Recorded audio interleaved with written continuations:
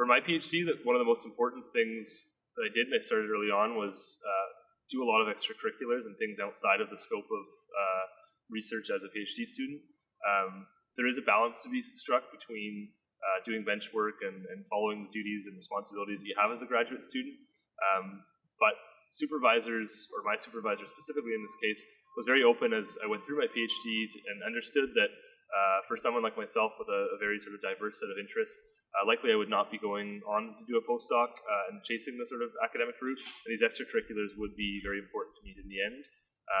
Having reached the end, the things that I discussed in interviews and the positions that I have lined up now are 90% based on those extracurriculars. PhD is sort of like the table stakes for a lot of these positions. It shows that you are able to think critically and work in diverse problem sets. But the extracurriculars really allow me and would allow others to distinguish themselves from other graduate students.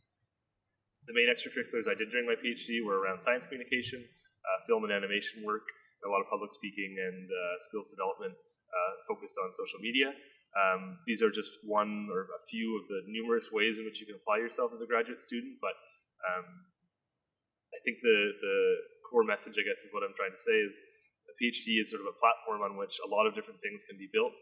and viewing it as such and knowing that one of those pillars of your PhD has to be academic success. You do need to get data and you need to